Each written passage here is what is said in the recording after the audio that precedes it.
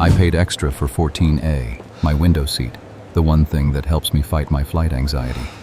But when I settled in, Karen Valentino, influencer extraordinaire, marched up and tried to take it. She thought a viral following gave her the right to anything she wanted, including my seat. The audacity? Unbelievable. She wanted my window for her content, but I wasn't about to let her have it. What followed wasn't just a seat dispute. It was a battle for respect at 30,000 feet. And the twist? She didn't see it coming. Let's just say, it wasn't her followers who would get her out of this one. Karen Valentino stood out the moment she entered gate C22. She was impossible to ignore, draped in an audacious shade of fuchsia that seemed to scream for attention, from her pink blazer to her high-heeled boots. She wasn't just waiting for a flight. She was putting on a show. She spun in tight circles, phone in hand, narrating her every thought to her followers, the so-called Valentino Vipers. "The energy at DFW is literally chaotic," she announced, her voice pitched high for her audience, spinning like she was the star of a reality TV show. I tried to ignore her, lost in my spy novel, but the theatrics were hard to block out. Every complaint was amplified for the camera. The lack of outlets, the bottled water choice, the gate agent not recognizing her from her viral hotel meltdown video. I should have known then that I was in for a flight that would be anything but quiet. Then came her big move. She flirted with the gate agent, trying to charm him into getting her an upgrade. When that didn't work, she pouted and stomped around, as if the world was owed to her. This was no ordinary passenger. This was a woman used to getting her way, no matter the cost. And when she spotted me heading for my window seat, I knew my quiet flight was about to become a battle of wills. I never understood people who could fly without nerves. For me, the anxiety kicked in the moment I stepped into the terminal. It wasn't the airport itself. It was the cramped space, the lack of control, the sheer knowledge that I was at the mercy of an aircraft and the pilots behind it. So when I booked this flight from Dallas to New York, I knew exactly what I needed: a window seat. The one place I could focus, press my forehead to the cool glass, and ground myself. It was my non-negotiable, my security blanket for the next 3 hours. I wasn't flying for business or to meet up with anyone. I was heading to New York alone. A quick trip to reset, to breathe, and to find some peace. I'd chosen seat 14A specifically because it gave me that peace, a rare slice of solitude in a world that always seemed too noisy. As I boarded, I was looking forward to diving into my book, a spy thriller my grandpa had recommended. The quiet hum of the cabin, the smell of stale coffee in the air, the soft murmur of passengers settling in. It was exactly what I needed. But then, Karen Valentino entered the scene. Her presence hit me first. The over-the-top pink, she wore a literal flash of neon in the terminal. At first, I tried to ignore her. I had no time for drama, but she wasn't going to let that happen. As I shuffled into the boarding line, clutching my pass, I overheard her loudly complaining about the lack of outlets and her manifesting a free upgrade. "It's going to be a perfect flight," she announced, her voice carrying to everyone nearby. "I need that window for my Vipers." I didn't even realize then that she was already eyeing my seat. It wasn't until I sat down in 14A, feeling the familiar comfort of the window's coolness, that I noticed her approaching. And just like that, the peaceful flight I had so carefully planned for turned into something else entirely. At first, it was just noise. Karen's voice carried across the cabin, louder than anyone else's, as she loudly narrated her complaints for her followers. I tried to ignore it, retreating into my book, but every few minutes, her voice would pierce through. She complained about the gate agent, Kevin, who didn't recognize her, from her viral video demanding better service at a luxury hotel. The way she flitted about, filming every moment, pouting for her camera, made it clear she was more interested in attention than actually getting on the plane. She'd stop and turn to the camera. "Vipers, look at this," she'd say, while pointing her phone at random things. The line at the gate, a guy eating a sandwich, or the lack of charging outlets in the terminal. Her followers didn't seem to care. They lapped it up, throwing sympathy her way for things that didn't even seem worthy of a complaint. I could feel my irritation building. But it wasn't until the boarding call came that I realized I was trapped in this mess for the next 3 hours. As we finally boarded, I could feel Karen closing in. I headed straight for seat 14A, a precious window seat that I'd paid extra for to calm my flight anxiety. The moment I stepped into the aisle, there she was, standing in front of my seat, blocking the path with her pink bag swinging dangerously close to my face. She looked me up and down, her eyes flicking to the 14A sign above my head and back to me, a slow, incredulous smile spreading across her lips. She didn't even say, "Excuse me," before she made her claim. "Oh, honey, no," she sneered. "I think you're mistaken. This is my seat." She waved her boarding pass in my face, showing the 14B label. "I'm an influencer," she said, her voice dripping with condescension. "I need the window for my content. You don't look like you need it. You're just reading a book." I held up my own pass, pointed to the 14A clearly written on it, and tried to keep my voice steady. "I don't think so. My seat is 14A. Your seat is 14B. But she wasn't backing down. The fact that I was actually sitting in her spot seemed to make her even angrier. The aisle around us started to fill, passengers slowing their walk watching the standoff. Karen didn't care. She propped her phone up to film, giving her followers a front row seat to the drama. "You guys check this out," she said. "This man is literally stealing my seat." At that point, the situation was no longer just an annoying inconvenience. Karen's behavior had crossed over into hostile. She was now turning her live stream into a full-blown public shaming. Her voice was louder, the camera shaking with her exaggerated expressions. Every word felt like an attack, aimed directly at me. "He's refusing to move," she complained. "This is what happens when you follow the rules. Some people just can't handle an upgrade." I didn't want to escalate it further. I just wanted to be left alone, to settle into my seat and try to manage my anxiety. But when Karen scoffed and told me I didn't look like I needed the window, the comment stung deeper than it should have. It wasn't about the seat anymore. It was about the principle, about being treated like I didn't matter because I wasn't a viral personality. She jabbed at her phone again. "I'll just make sure the airline hears about this," she said, her voice dripping with entitlement. That's when she made her move, elbowing me in the ribs as she leaned over me to adjust her bag. I flinched, but it wasn't the physical contact that shocked me. It was what came next. Hot coffee, full of sugar and cream, splashed all over my lap. The burning sensation was immediate, searing my thigh and leaving me gasping in pain. She barely seemed to notice, more concerned with capturing the victim moment on her phone. "Oh my God, you guys, he made me spill my coffee," she wailed. "This man just assaulted me." I sat frozen, the heat from the coffee searing through my jeans, my body refusing to move. This wasn't just a seat fight anymore. It had become something dangerous. The pain in my leg was real. The humiliation was unbearable. I wanted to stand, to shout, but I knew that would only feed into her narrative. The flight attendants had arrived. Erica, the one with the calm, no-nonsense demeanor, looked at Karen first. She glanced at me, noticing the coffee stain spreading across my lap. Karen, still filming, turned on the tears as if someone had flipped a switch. "He's being so aggressive," she wailed. "I'm literally just trying to get my seat, and he's attacking me." Erica didn't react to Karen's theatrics. Instead, she turned to me. "Are you okay, sir?" Her voice was filled with concern. I nodded, though I could feel the burn still radiating through my jeans. She took a moment to look at Karen's phone, at the streaming image of me sitting there in my seat, her coffee splattered on me. "Ma'am," Erica said, her voice firm but polite. "You're in the wrong seat. Your ticket is for 14B. This gentleman is in his assigned 14A. Karen wasn't listening. "This is an outrage," she muttered. "This airline is terrible. I'm going to get you all fired."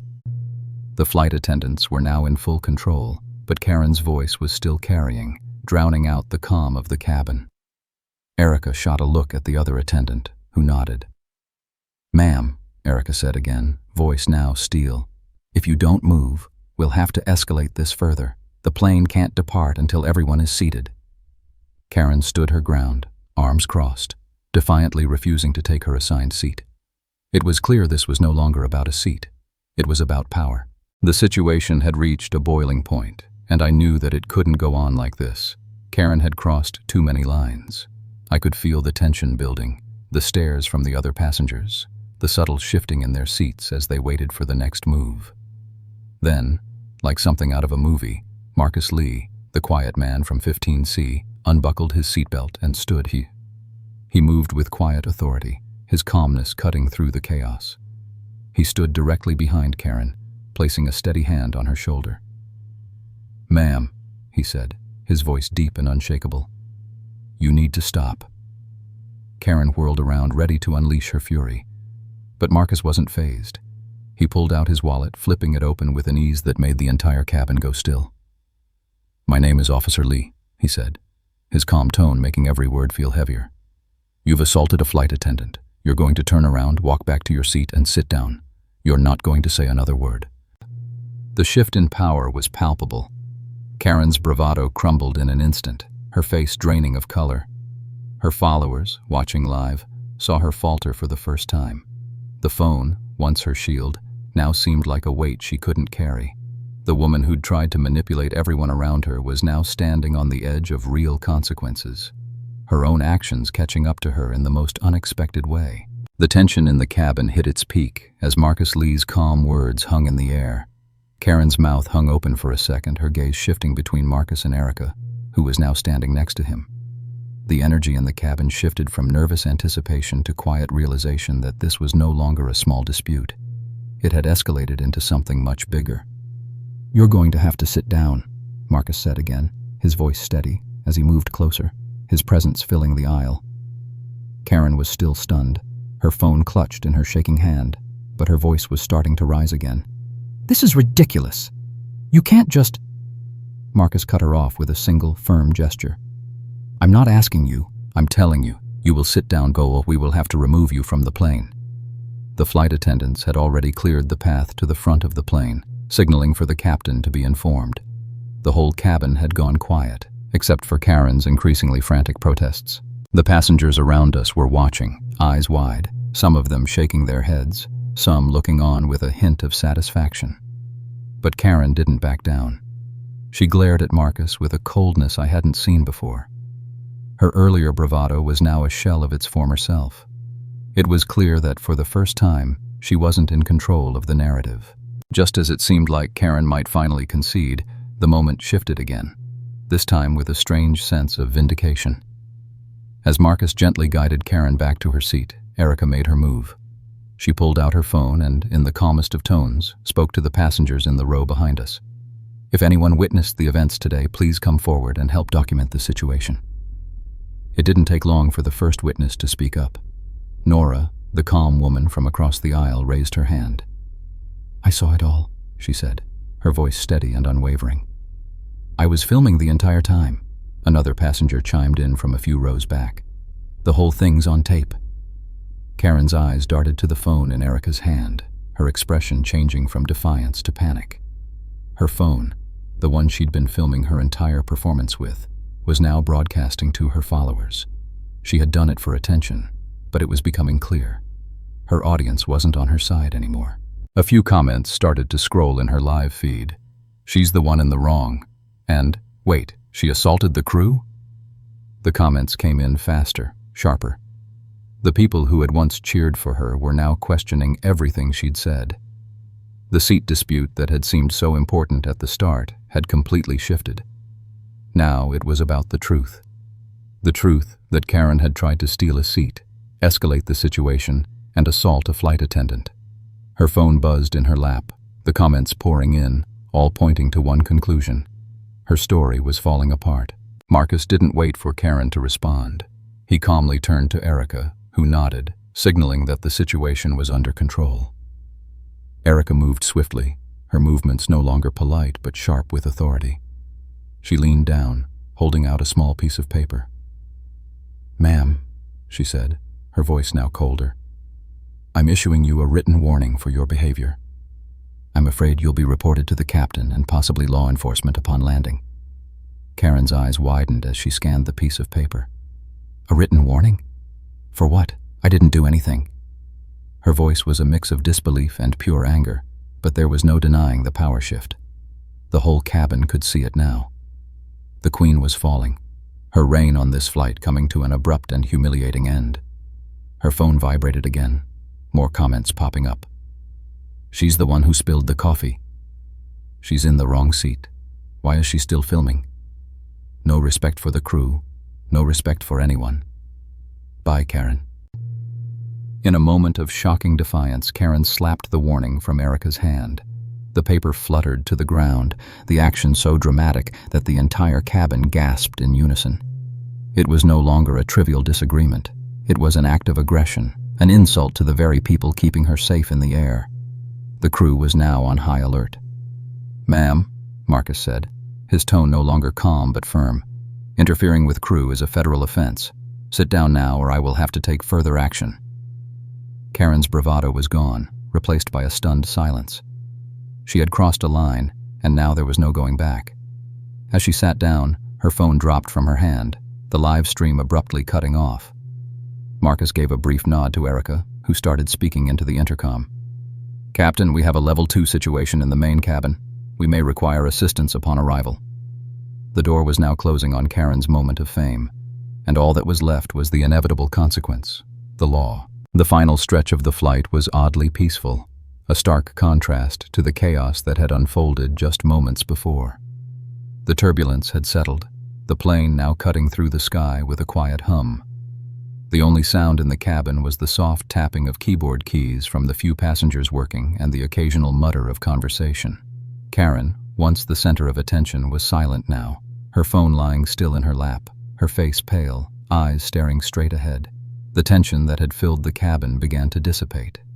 As the flight attendants went through their final checks, passengers exchanged glances, some of them smiling, some nodding in quiet acknowledgement of what had just happened. Nora, the woman from across the aisle, caught my eye and gave me a small, approving smile.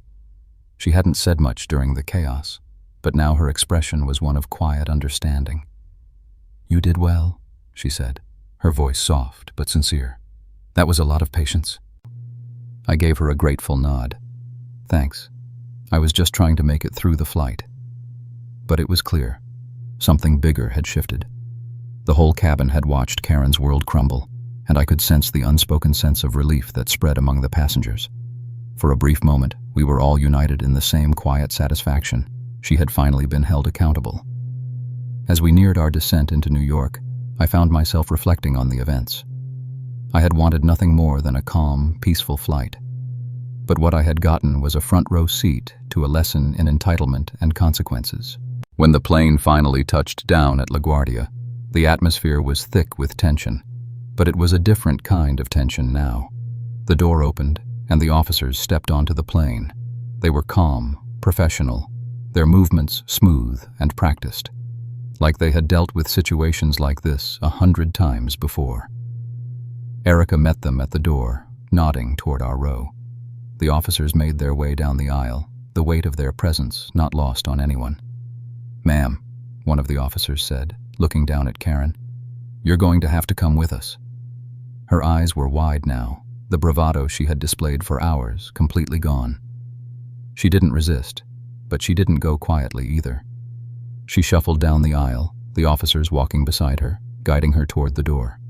Her face was pale, and the phone that had once been a symbol of her control now hung limply in her hand, as if even she knew it couldn't save her this time. As they escorted her off the plane, I heard whispers among the passengers, low murmurs of satisfaction. People were finally starting to relax, the lingering effects of Karen's chaos fading with each passing minute. The captain came over the intercom, his voice calm but firm. "Ladies and gentlemen, we appreciate your cooperation. Please remain seated until the aircraft has come to a complete stop at the gate and the seatbelt sign has been turned off." I couldn't help but think about how, just a few hours earlier, I'd been that guy, the one trying to read a book, seeking nothing more than a quiet flight. Now, I was the one who had stood up for what was right. It felt good, in a way, but it also made me think about how quickly everything had escalated. What if I hadn't stood my ground? What if I had let Karen walk all over me? I shook my head, pushing the thoughts aside. I had done the right thing. That was enough. As I stood up to grab my bag from the overhead compartment, I felt a sharp twinge in my leg. The burn from the coffee spill was still there, a reminder of how quickly things had gone from mundane to chaotic. I made my way to the front of the plane, my leg aching with each step. At the front, Erica and the officer were waiting for me, their expressions sympathetic but professional. "Mr. Fraser," Erica said, her voice low and apologetic. "I'm so sorry for everything that happened today. It shouldn't have gone down like that." I gave her a small smile. "It's not your fault.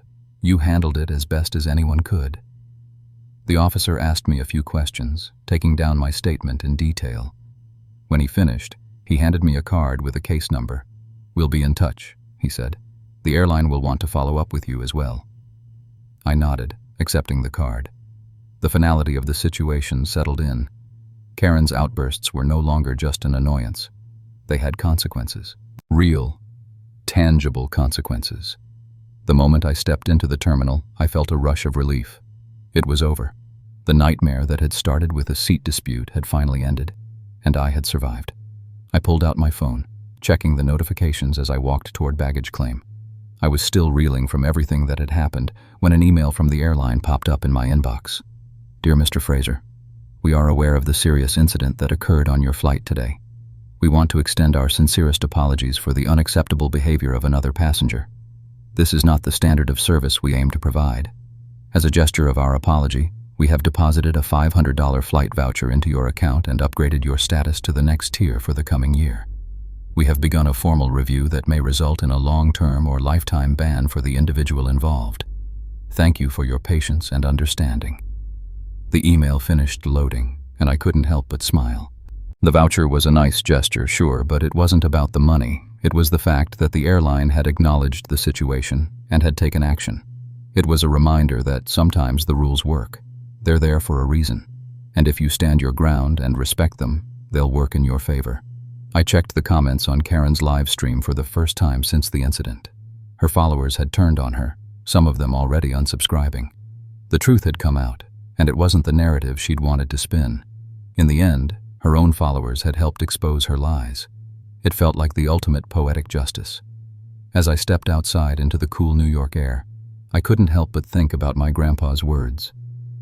Sometimes peace isn't an option. Sometimes you have to stand your ground, hold up your boarding pass, and trust the rules. It wasn't just a flight that I'd survived today. It was a reminder that rules, no matter how simple they are there to protect us all. And sometimes the best thing you can do is stand firm and trust they'll work out in the end.